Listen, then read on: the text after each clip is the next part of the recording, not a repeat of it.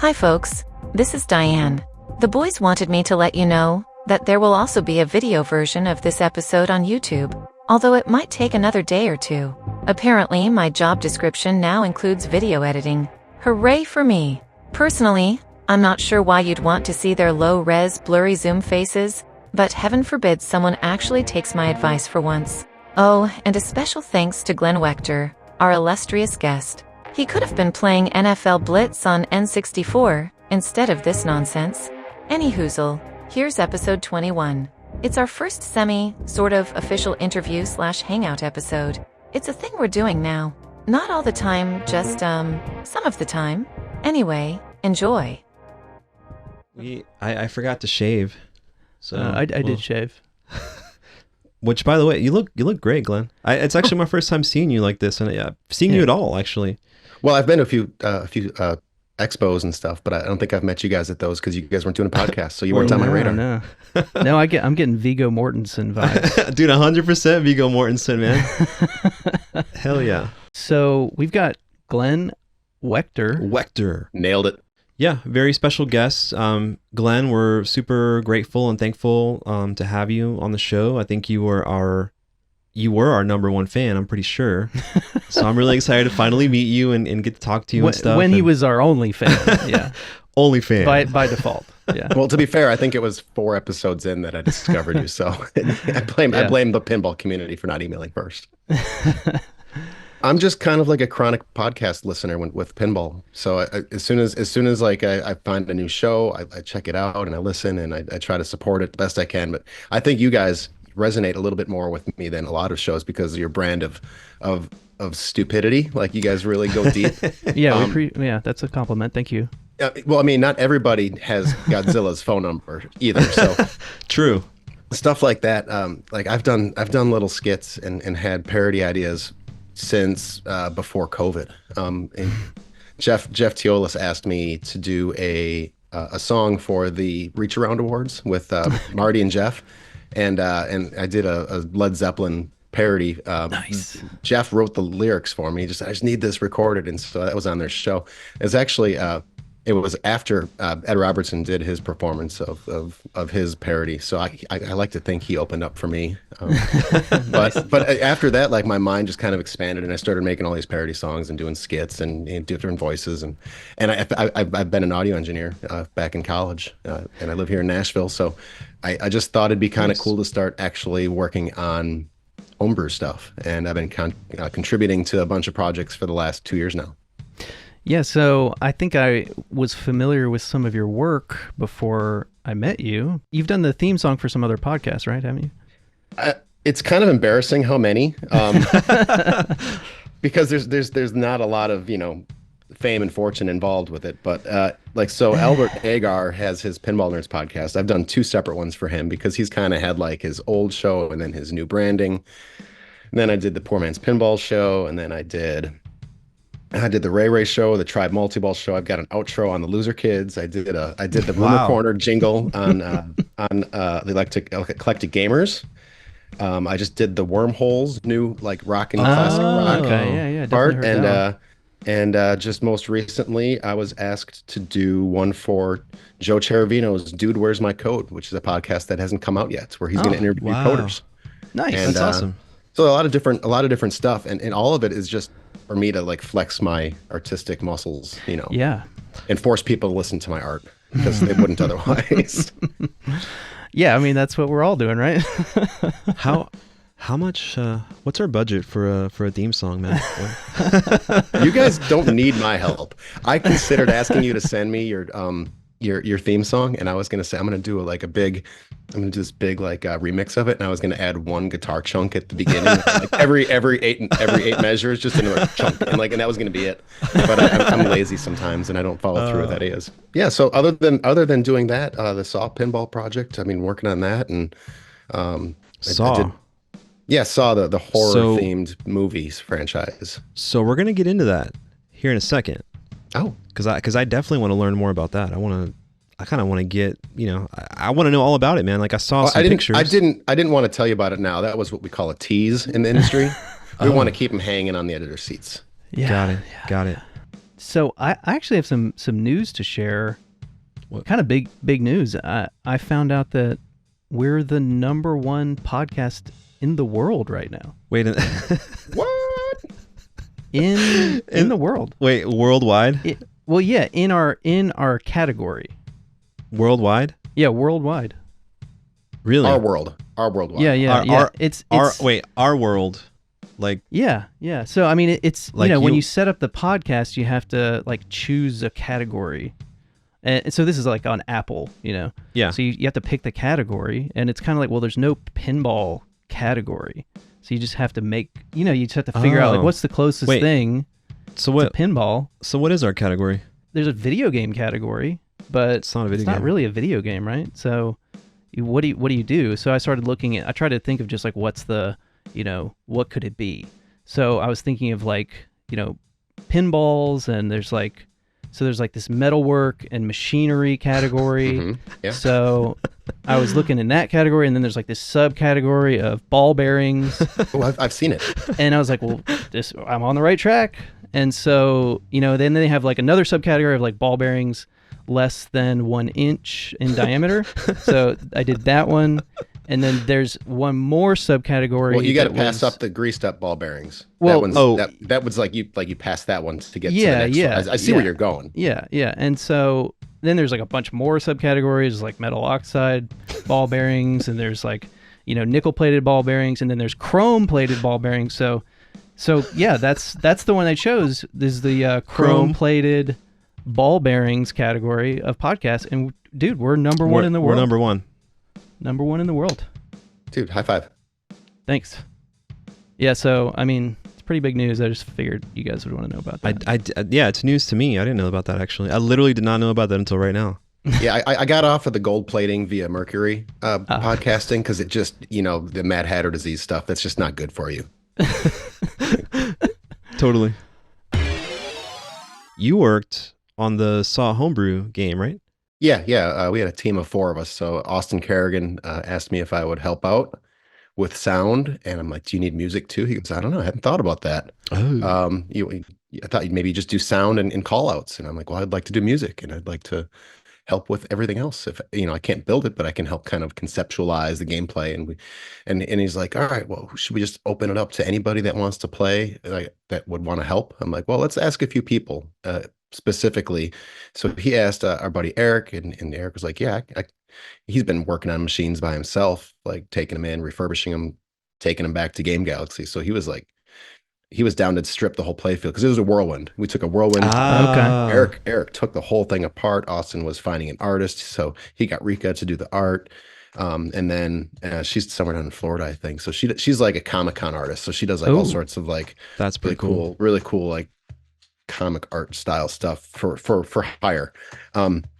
And then we got Joe Farnsworth involved, and he's like our mechanical engineer. So he made like the 3 spinning discs spin separately and individually rather than on Whirlwind. They're all kind of connected with one gear system. So he completely rebuilt that.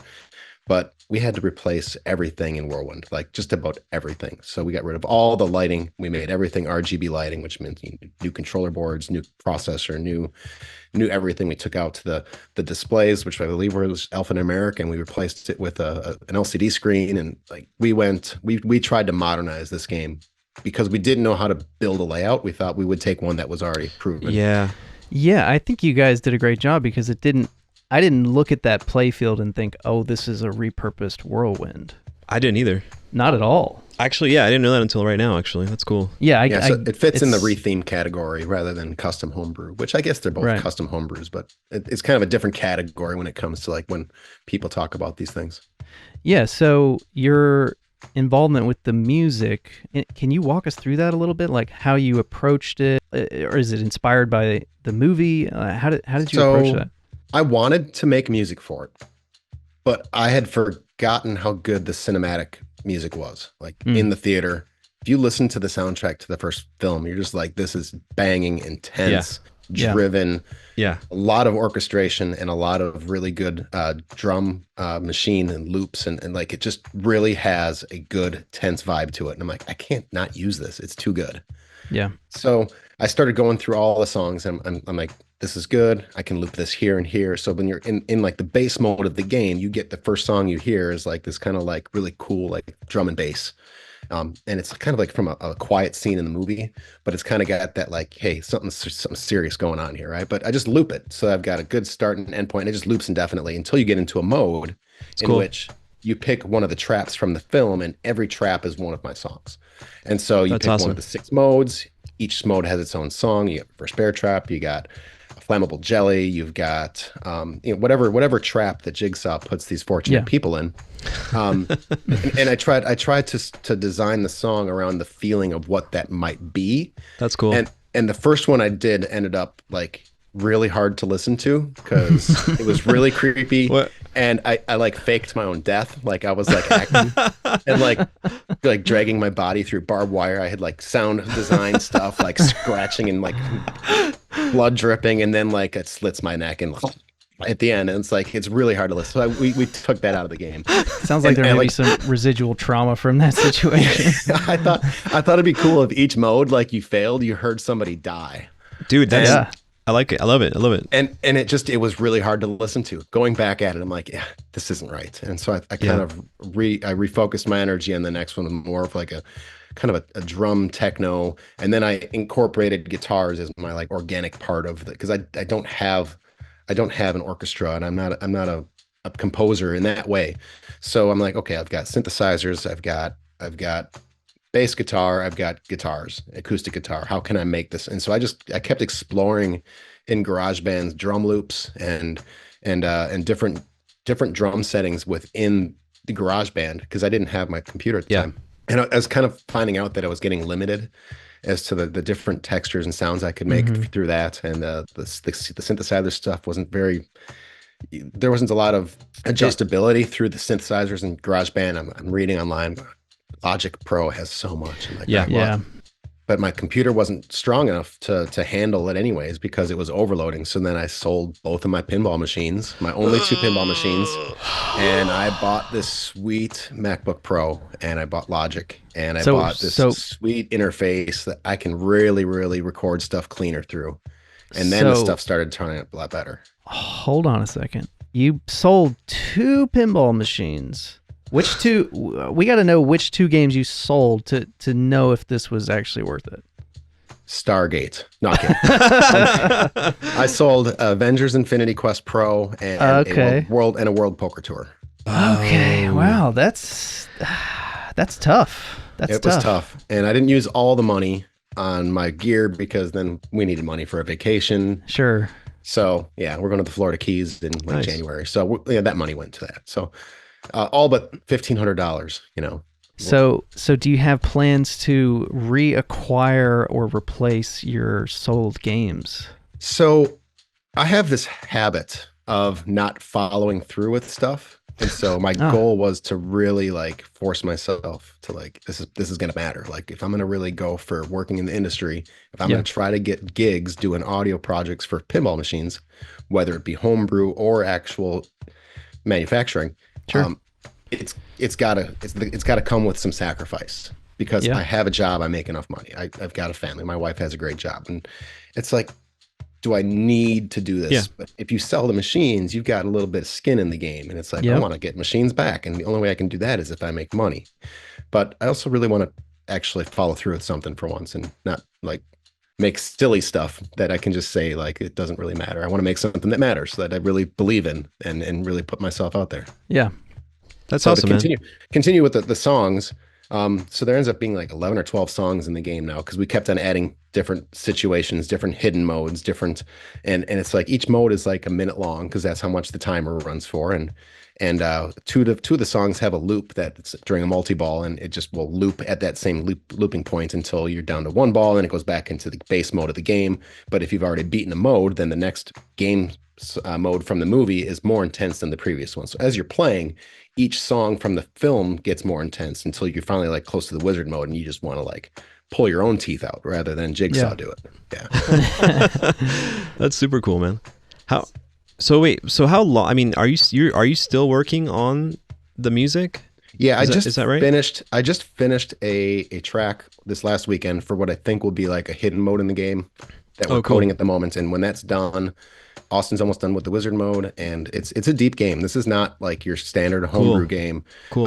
Like we put a lot of thought in it. Like but it's not just that. It's like hundreds of voice call outs from the Jigsaw character that I performed because I can make my voice sound like Jigsaw with the right plugins and the right sound effects, and there's funny lines in there too, like just how much do you want your flipper fingers and stuff like that, like Nice. like but in the Jigsaw voice, and so there's a way to bring a little bit of levity to it because everything's so serious in the game, and like bringing a little bit of humor, especially from a character that has no humor in the film series.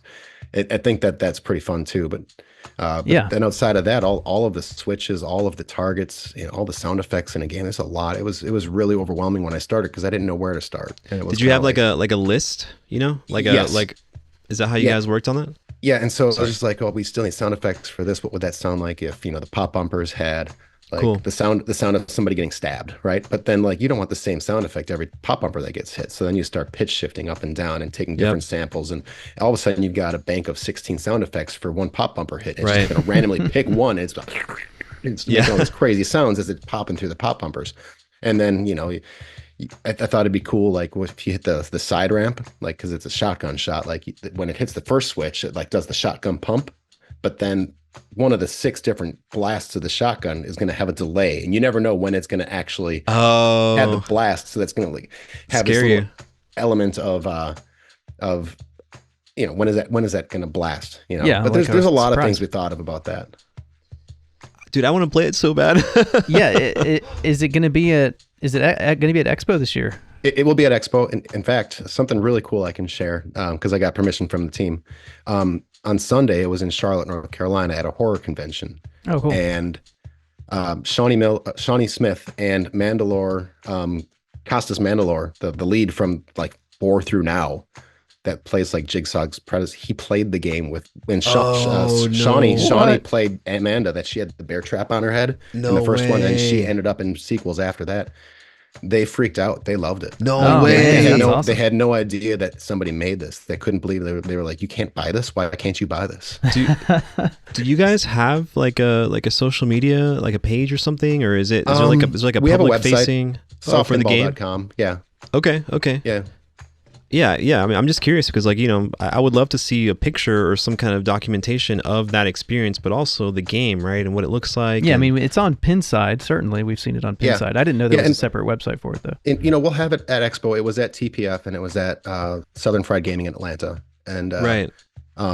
And people, there was lines for it like the entire time. Like people didn't get to play it because they didn't want to wait for 10 people to play it in front of them. So if you go to Expo and you don't see a long line, take your chance. There's a lot of great homebrews that will be there as well. But we're hoping to have it there with headphones. You can hear it. Heck yeah. I also want, if this is a call to anybody in pinball streaming land. If you're going to be at Expo with a streaming rig, let us know. And if you're willing to stream the game, we can hook it up to direct audio, and I would love to have an example for people to watch it, because after this next show, it's going to Austin's house forever. Like that's where he's going to keep it, because we don't have the license from Lionsgate, so we can't make more of them and sell them. So what we have to do is we have to just be like, this is our one-off. Yeah.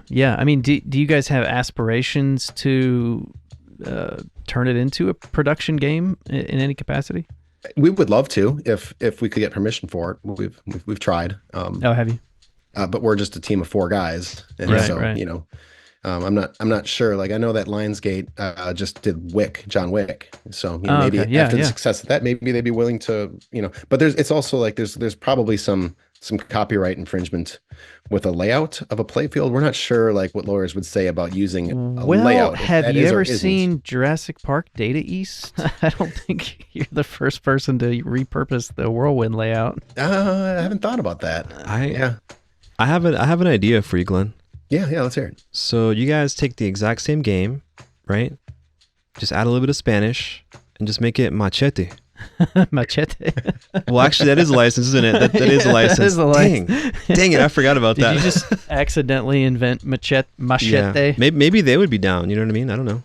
Yeah, well, I mean, we're open for it, but the game's been at a couple shows where it wasn't 100% completed. We had versions of the game that it had 3 multi-balls and 5 modes, and that was kind of it at TPF. So there's a lot more in it now. It's a full product at this point, and it was just at that horror convention, and it was bulletproof. And now for a word from our sponsor. Friday. Rebecca is pregnant. Pregnant? Pregnant? It's fatherhood for Jesse on Full House. Then it's fatherhood 60 million BC. You think you got what it takes to put me to sleep? Please. On the new hit Dinosaurs. Then Man, I'd do anything to go to that concert. Anything? can Laura be bribed on Family Matters? Then Balky gives the Meposian marriage test. Well, so what do we score? 80? 90? 3. Your score is 3. Perfect Strangers. It's an all-new Friday. And now, back to the show. So, do you have like a favorite TGIF show? Oh God, yes, yeah. Earl Sinclair from Dinosaurs. Not not the mama, the baby that whacks the dad with the frying pan. Not the mama. I think it was a Steven Spielberg show. It's really, really funny. Yeah, it was kind of like puppet version of The Simpsons with dinosaurs. Yeah. So that's the theme I want next. Oh, for a pinball game. Oh, Yes. dream themes. So dinosaurs, the dream theme. Yeah, I could see that. That's a great. He's a tree pusher for a career. Yeah, tree pusher. He comes home. He wants his 85-inch television. And You are what you are, and that's all you ever going to be. It's Tree right. pusher. You know it. That's so funny. Yeah, I watched all the dinosaurs. I'm sure that was a great show. Yeah, that was, I believe, on the episode of Hurling Day, where his mother-in-law is too old and too slow and holds back the herd, and it's time to throw that lady off of a cliff into a pit of tar, so that the herd is no longer weak. And due to modernized days of the 170 million BC, where there's grocery stores, they no longer need to worry about the weak herd. And so grandma no longer has to get thrown off into a tar pit. That's such a bonkers show. Yeah.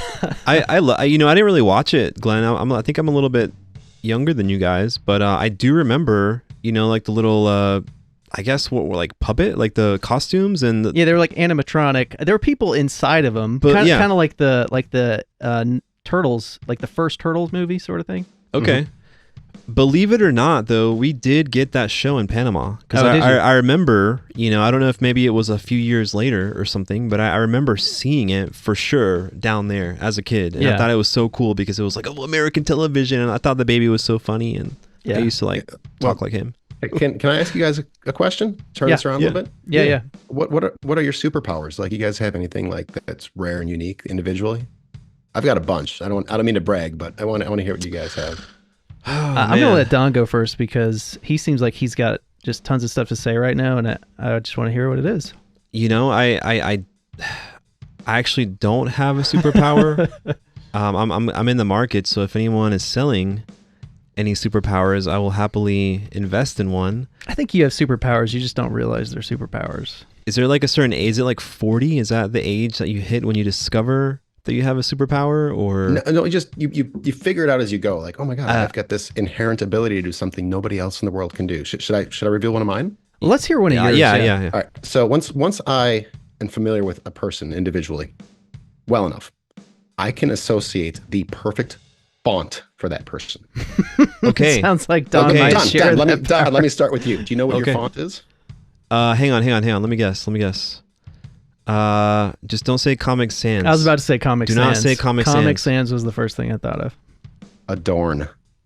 Adorn. Oh, it's this beautiful, curvy, long letter Swift, beautiful penmanship. Oh, I gotta look this up, Glenn. Sorry, forgive me. I'm gonna if it feels as good as the way you're describing it, and I feel this connection between us right now. Yeah. Well, it's right. This is gonna be my new. I've never been wrong. This will be my new font, and I will sign my name in this font for the rest of my life. Yeah. I think you're onto something here. Adorn. Because I think the subject of fonts in pinball games has been brought up by you, Don, at least, I don't know, 5 times on our podcast. Yeah, I'm fond of fonts for sure. You're a font guy. So you're looking up Adorn. Yeah, Well, I'm looking up Adorn. Matt, would you like to know yours? Yeah. Hit me with it. All right. So Like, you are New Times Zaf- Roman. Okay. New as Times long as- Roman. All right. New Times Have Roman. you seen that font? I don't know if I've seen New Times Roman. New Times. I'm just glad you didn't say Zaf Dingbats. There's too many adorns, Glenn. Is there like a hang on? Is there like a standard adorn? Yeah, sorry. it up later. Our lighting is Take the compliment, Don. Well, Yeah. I adore you, Glenn. Thanks for adorning me with You the know it. adorn font. Wait, question. So with your superpower, can you, if you look in the mirror, can you see your own font? No. You can't tell your own font. No. Maybe Don. Maybe Don, you have this. Share this power. Let me think about this, man. You're. I see in your face, Glenn. You're kind. You're creative. You're quick.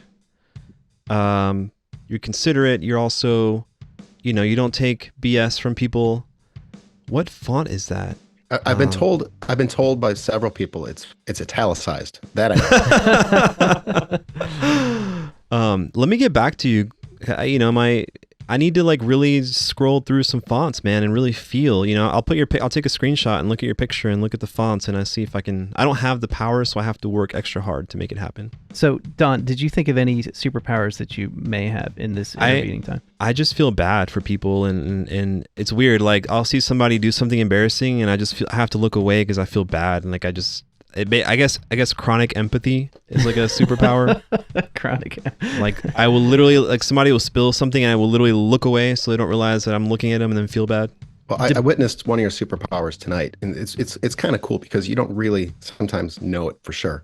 You inherently, Don, know the right way to head dance to a particular groove. Okay, I'll add it. Yeah, I'll add it to my list. You're never wrong. It's perfect. You can do this thing, or you can do the side to side, a little forward to back, or sometimes you can kind of come back and you know it. When you hear that groove, you hit that dance move. I'm all about that groove, man. It's the right one. It's always the right one. Yeah, the only superpowers I can think of personally for myself are more like stupid human tricks. Oh, like when you guys were kids, we were bored all the time, right? Mm-hmm. So I rolled marbles in a tub, hours. Yeah. Watch them roll around. Yeah. So were there any stupid human tricks that you learned how to do as a kid, Don? Yes, I did the eyelid thing where you would grab your eyelid and flip it inside out, like invert it, and then you would look at your friends and scare them, and then it was. I think I got like an eye infection, like some staph, like an eye thing, and I just never. My mom yelled at me too, so. Yeah, I think I tried that once, and it like burned really bad, so I never. You got to wash your hands, and as a kid, you don't wash your hands ever, so. That's the trick. Yeah. Wash your hands before you invert your eyelid. Yeah, the one that comes to mind that I can do is I can blow bubbles. What?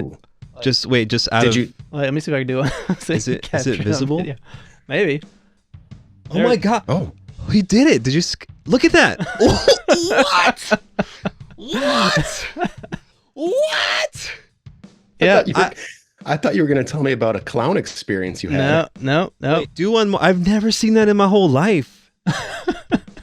The one was perfect. Yeah. I'm not gonna beat that. I have at times been able to catch it and re-blow it back out again. But I used to sit around just trying to do. It's like if you're at church or something when you're like 9. What else is there to do? Man. I wish I had that power. You know what power you do have? What's that? You have the power to steal Don's heart. Oh, it's true. And get rid of Black Rose. Is that still in the shedcade? Glenn, I don't even want to talk about it. I just want to be your support animal in this situation. Fine. So it is still in the shedcade. I haven't actually put up because I've actually never had to go into the back box of that game because I've never had any issues with it. So I just never opened it up. Turns out I don't have the key to the back box. So I was getting ready to post it for sale, and I was like, I should have the key to the back box. And I tried like 50 keys that I have laying around. None of them worked. So then I had to get like a security Torx driver to get things. Anyway, so I wonder where that key is. Yeah, Don stole it. I wonder where that key is. Anyway, so I have just gotten into the back box. I just have to replace the lock up there. and we'll be good to go.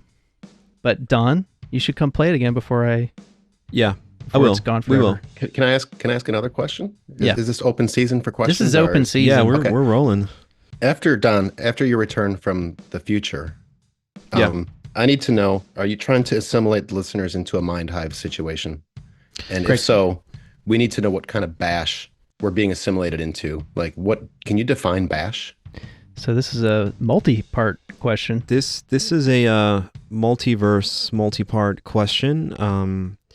The short answer is yes. And what is bash? It is the brotherhood and trying to come up with the sisterhood of homies. And we play pinball and have fun, and it's all about fun and helping each other. But yeah, in a serious way, Glenn, yeah, I think we do. I think we actually do want to make a little community / network of people, and like-minded, like us. Like, I think I'm gonna go ahead and say like you, right? Because I think we get along that way. We have a lot of creative energy, right? And like, helping each other, working together, splitting games, whatever. I mean, we're open to collaborating and stuff, and I guess we'll see how far we can go. How far? I'll be ready. I'm sorry. Mind? I'm multitasking. If it's okay if I work out while we do this. I thought you were. That's enough for you look out of shape, like out of breath. I've got my my thigh master. I was like, Glenn. I was like, Did you get that from Suzanne Summers? Well, I mean, her estate. Oh, okay. Glenn, have you been doing that the whole time? Just the last 5 minutes. 5 minutes? Are you sure? I've been working on my thigh gap. I saw you moving a little bit weird earlier. Yeah, I mean, like some people like the stand-up desks. Some people like to put the treadmill under it. I like to be at a desk with my thigh master. It's a life choice. Wait, by the way, is that yours? Yeah. I found it in a dumpster about a month ago. I also found. Hold on, let me show you this. I can't tell if you're serious, man. I love it. All right, I just had to go to my closet and grab this. This is an Allen and Heath mixing board. Yeah, that I would like to donate to the show, if possible. It could replace the Shedcade's giant console. I assume it's a SSL or a Triton.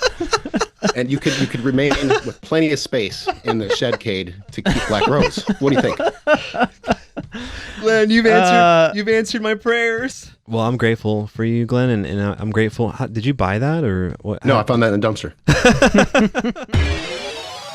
So your involvement with the sound is you're basically creating the files in MP3 format or WAV format and sending them over to the guy that's actually coding it. And he's plugging it into the game, and then we play it, and then we go, oh, well, that's too loud, or oh, that's not loud enough, and we make adjustments from there. But yeah, I kind of send it, like we're all like 40 minutes away from each other. Like we have like this triangle, of four of us. That doesn't make sense, but we're not. I'm four-sided triangle. Four-sided triangle. Yeah, I love it. Yeah, and there's been a couple other contributors. We hired Lonnie to print the playfields, and then we hired this Donald guy that built this amazing topper that actually articulates with high pressured air.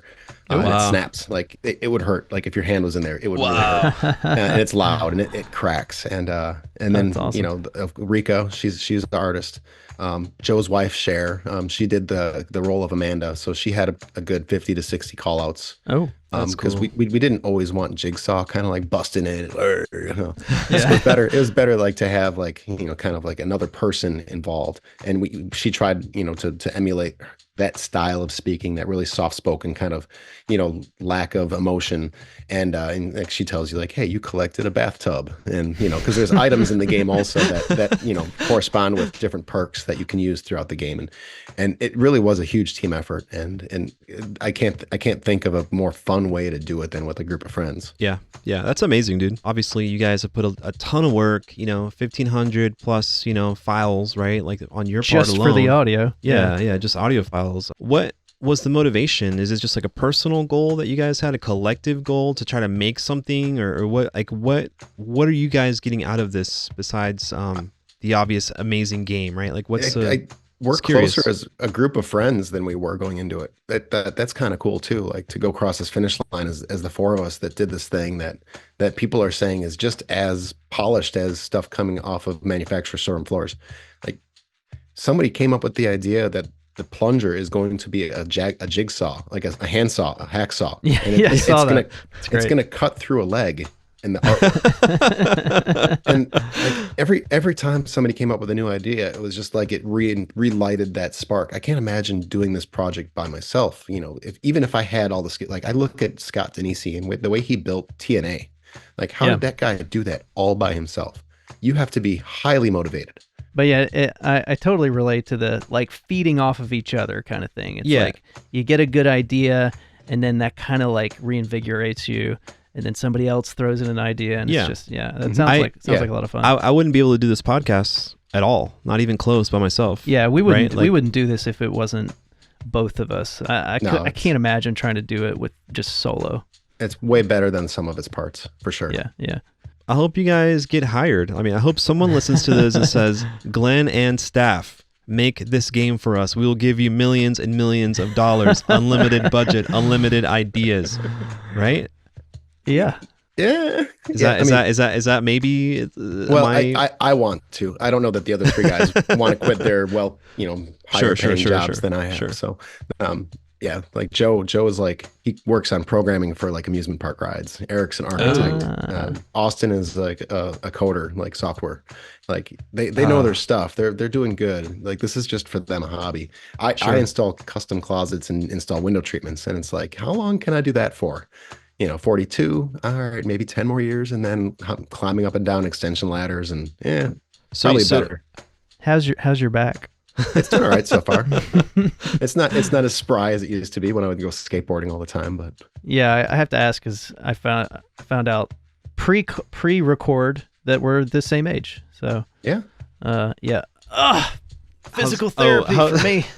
Wait, the chairs, dude. That's like one of the things that we're still trying to figure out with this new video format. Sorry, Matt. I had 3 chairs in here tonight, and this is the one that makes the least amount of noise. It's like, I got to find a chair that even when you're playing guitar, it's like, you move just a little bit, like, I'm not a stand-up player. I'm a sit-down player. Yeah, which is the opposite from how I go to the bathroom. It's weird. Usually that stuff is dude, awesome. Thank you. Love Thank you so much, Glenn. We really appreciate you, man. Okay, talk to you guys later. Thanks for bringing the bits. I'll do more. All right. I've got more. I didn't use all of them. Talk to you later. All right. See you, man. See you, Glenn. Thanks. Bye. See ya.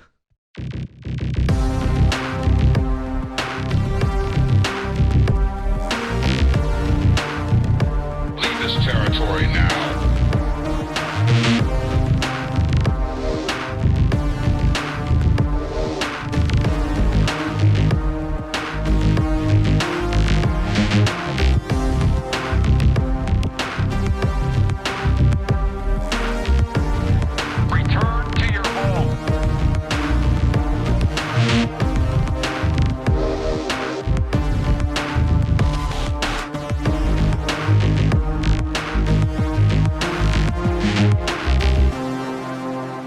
Evacuate all personnel.